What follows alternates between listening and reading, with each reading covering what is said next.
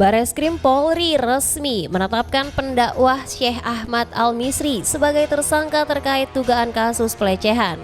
Perkara ini mencuat setelah adanya laporan dugaan tindakan tidak pantas terhadap beberapa santri laki-laki. Korban tersebut dijanjikan peluang melanjutkan pendidikan ke kawasan Timur Tengah sebagai modus pendekatan. Hingga kini, penyidik masih terus mengembangkan penyelidikan guna melengkapi berkas perkara serta memastikan proses hukum berjalan sesuai aturan yang berlaku. Sebelumnya, Syekh Ahmad Al-Misri memberikan klarifikasi melalui akun media sosialnya. Ia menegaskan bahwa tuduhan tersebut adalah fitnah yang kejam. Dirinya mengaku sudah berada di Mesir saat menerima panggilan kepolisian pada 30 Maret 2026. Bismillahirrahmanirrahim. Alhamdulillah, salatu wassalamu ala rasulillah wa alihi wa sahbihi wa man wala. Saudara-saudaraku, dalam Islam kita diajarkan untuk tidak mudah menyebarkan setiap berita yang kita dengar tanpa kita cek terlebih dahulu kebenarannya. Allah Subhanahu wa taala berfirman, ya ayyuhalladzina amanu ja'akum fasiqun binaba'in fatabayyanu an tusibu qauman bijahalatin fatusbihu ala ma fa'altum nadimin. Wahai orang-orang yang beriman, jika datang kepada kalian seorang yang membawa berita, maka telitilah kebenarannya agar kalian tidak mencelakakan suatu kaum karena kebodohan lalu kalian menyesal.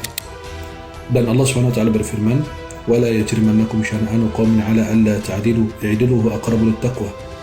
Janganlah kebencian kalian terhadap suatu kaum membuat kalian tidak berlaku adil karena itu lebih dekat kepada takwa. Rasulullah SAW bersabda, cukuplah seseorang dikatakan berdosa ketika dia menceritakan semua yang dia dengar.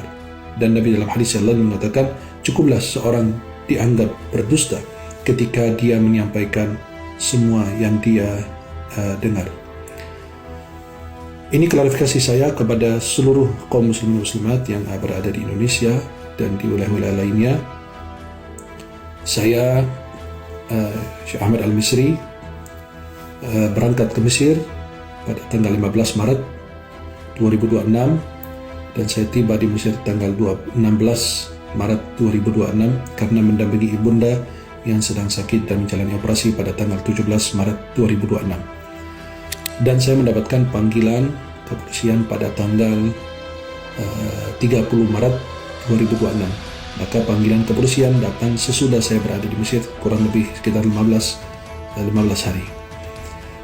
Dan saya mengucapkan terima kasih kepada Bareskrim, khususnya para penyidik yang memberikan kesempatan menyampaikan kesaksian saya secara online. Dan alhamdulillah saya panggilan kepolisian ini sebagai saksi, bukan sebagai tersangka sebagaimana bayangkan atau disebarkan atau sebarluaskan oleh banyak orang. Yang kedua, tuduhan terhadap pelecehan kepada santri itu tidak benar adanya. Maka mohon teliti karena bukti-bukti yang saya punya sudah saya serahkan kepada kuasa hukum saya untuk menyerahkannya kepada pihak yang berwenang. Dan juga ada saksi-saksinya. Yang terakhir, tuduhan fitnah yang sangat kejam, yang sangat melukai hati saya dan setiap orang muslim adalah fitnah terhadap Rasulullah Muhammad SAW melakukan pelecehan kepada Sayyidina Ali bin Abi Thalib karramallahu wajhahu radhiyallahu anhu, na'udzubillah min dzalik.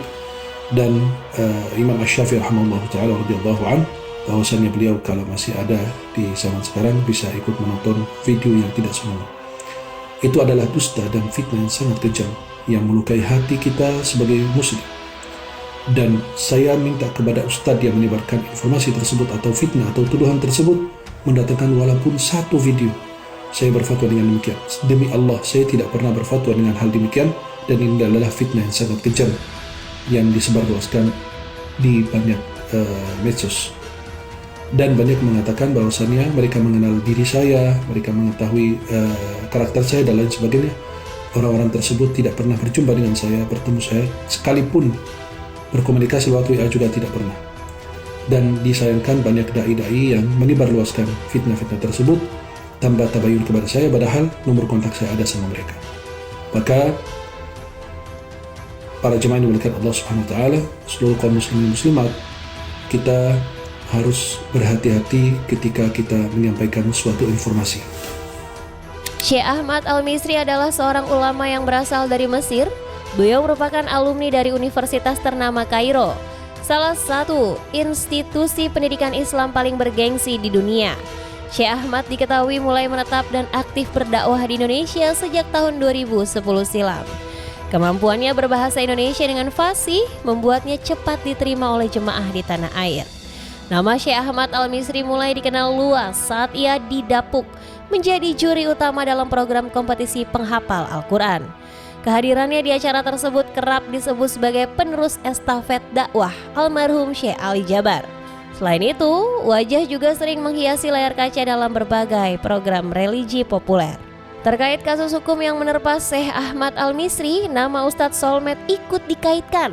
Merasa difitnah, Ustadz Solmed pun mengambil langkah hukum terhadap akun media sosial yang menyebarkan fitnah tersebut untuk bertanggung jawab atas berita bohong yang mereka buat. Terganggu juga kan, sehingga terjadilah fitnah-fitnah keji atas berita-berita bohong yang dimuat oleh akun-akun yang harus kita minta pertanggungjawaban. Dan dengan kita melaporkan ini secara resmi ke Polda Metro Jaya, justru kita ingin meminta pertanggungjawaban atas apa yang kalian tulis, yang kalian muat, yang kalian posting sebagai bentuk ya pertanggungjawaban atas fitnah yang dilontarkan. Seperti itu kurang lebih kenapa kami melapor. Kini Syekh Ahmad Al-Misri sudah menjadi tersangka. Ustadz Solmed tentu saja bisa bernafas lega.